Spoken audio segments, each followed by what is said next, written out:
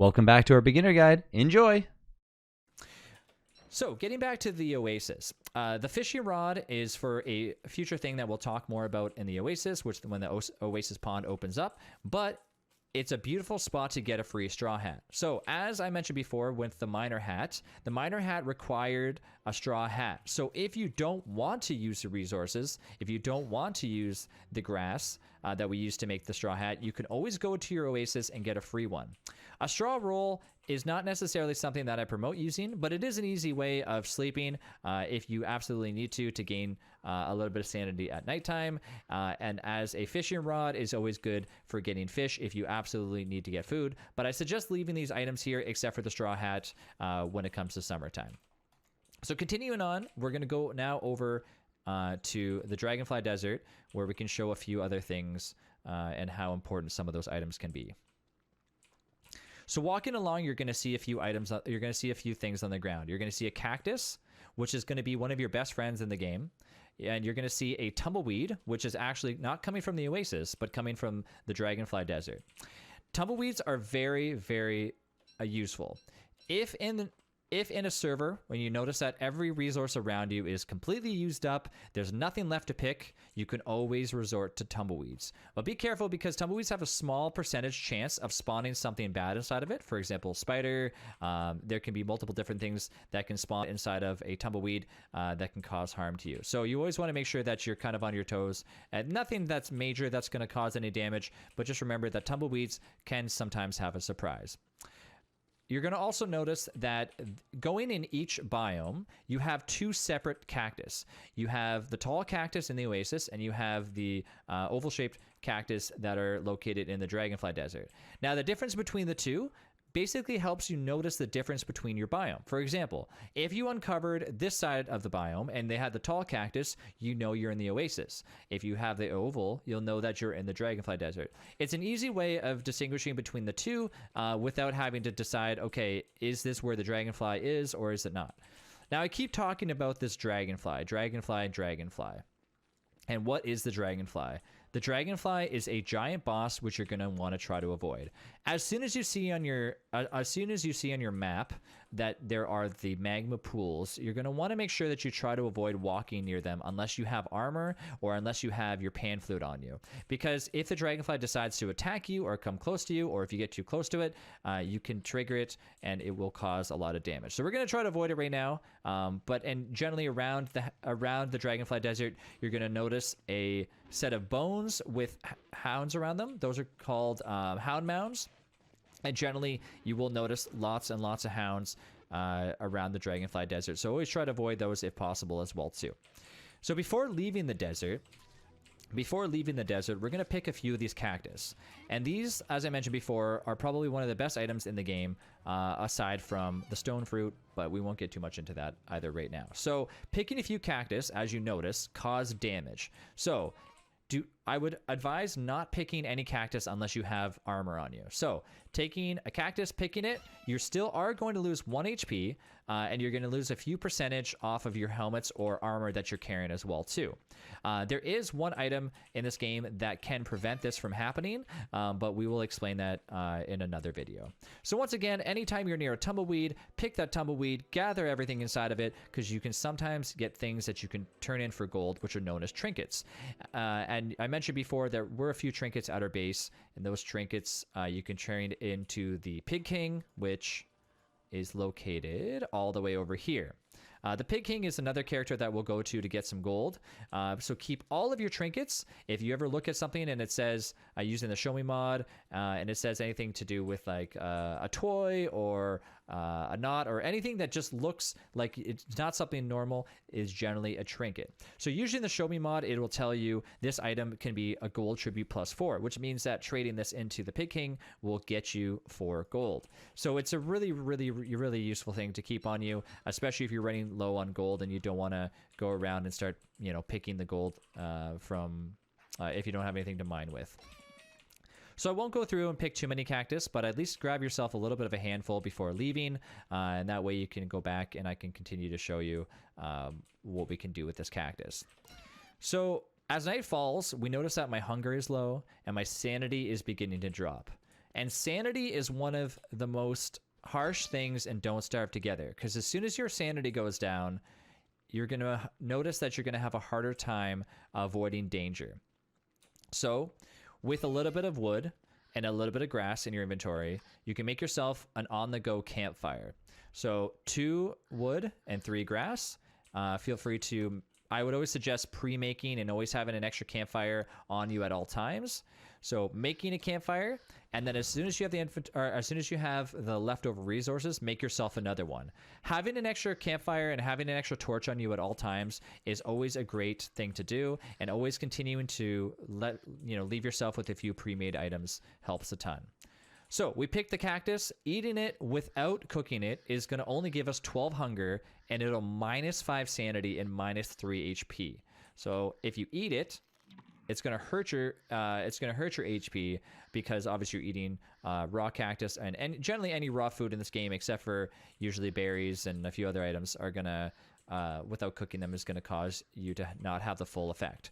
So instead, we're going to cook the cactus. And when you're done cooking the full stack, you're going to have one of the best sanity items in the game. Now, the cooked cactus still gives you 12.5 hunger, but now gives you +15 sanity. And instead of taking HP, it's now letting you gain 1 HP. Cactus is not anything to use to fill your bellies, but it 100% is used to increase your sanity. So cactus is going to be something that you're going to always want to come back to get more and more and more of. The beauty about cactus is it's above ground, so there are a few sanity items which you can get in the basement known as mushroom caps, and the green mushroom cap, however, is a little bit harder to come by, but is another item that when cooked will give you sanity. But if you don't want to go down in the caves and you want to have what's above ground, living either near or close to, or where a portal is close, for example, you can see a portal over here, which we're going to show in a second. Living close to the desert is a great way of coming back and getting cactus at any time. And the other bonus is cactus counts towards veggies. So veggies are something that are a very important part of a very important recipe known as the pierogi. And a pierogi requires 1 veggie, and a cactus counts towards that. So always having plenty of cactus on you is a great way of making sure that you have parts of recipes and keeping your sanity up at all times. So we've explored the oasis, we've explored the dragonfly desert, although we haven't really shown the dragonfly. I want to get back to base because now we only have 7 days left before winter arrives. Is our base ready? Do we have a lot of resources? I believe we have enough, but we want to make sure that we're taking all the items that we can back to our base with us, just so we have things to keep us through the winter.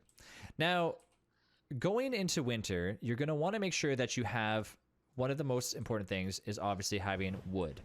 Wood will keep you nice and warm when you're wandering around, and making sure that you can have a fire on the go, making sure that you have a place to get meat if you need to, and making sure that you have ways of continuously making more armor. So grass will not grow in winter, just like any other plant will not grow in winter. So you got to make sure that if you have a Wigford in your server, make sure that you have some gold, make sure that you have some rocks. If you don't have a Wigford in your server, make sure that you have some wood and you have some grass, because you're going to want to make sure that you have some armor for one boss that won't be a boss that you go to find, but instead a boss that'll find you. And that is known as the Deerclops. A Deerclops is probably the first boss that you're going to come across without expecting it, and it'll show up on day 30. As night falls on day 30, the Deerclops begins to kind of slowly breathe, and you can basically hear the sound of the Deerclops. So you're going to want to make sure that you're prepared for that, and we'll kind of go through that as time comes. So for the time being, we're going to take us all the berries that we walked by, make sure we gather anything else, and bring it back to our base so we have plenty of food for winter. So if you have biomes like we do, where you can clearly see we have a lot of berry bushes, we have a lot of grass, we have extra berry bushes over here. It's always good to bring them back with you. Now, another reason why you might not want to bring all of the berries with you in the entire world of Don't Starve is because during summer, when fires break out, if your Fling-O-Matic gets damaged, if your Fling-O-Matic doesn't have fuel, and your base burns down, you don't want to have a world without berries, because you can still survive. It's not a hard problem, but always having extra berries in the world of Don't Starve Together is an easy source, as I mentioned before, of making sure that you have filler for lots of recipes. So I'm not going to take all of the berry bushes, but I will take most of them, because sooner or later we will have the Fling-O-Matic that we need to keep us going.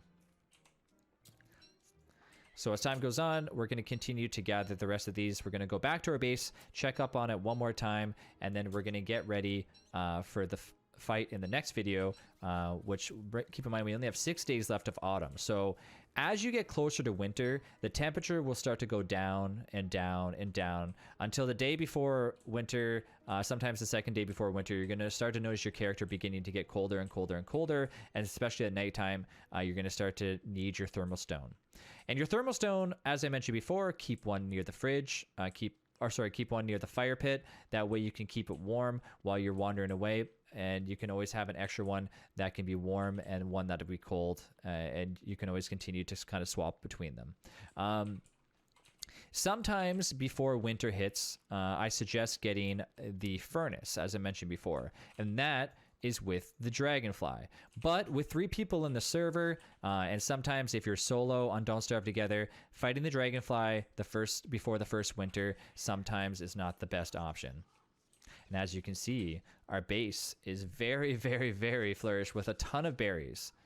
Now, the berry bushes are planted, but they don't look correct. And the reason for this is because they are not fertilized. So in our next video, we'll go over and tell you exactly what you need to do in order to get proper fertilizer and how to get a lot of it. Make sure that your base is ready to go for winter.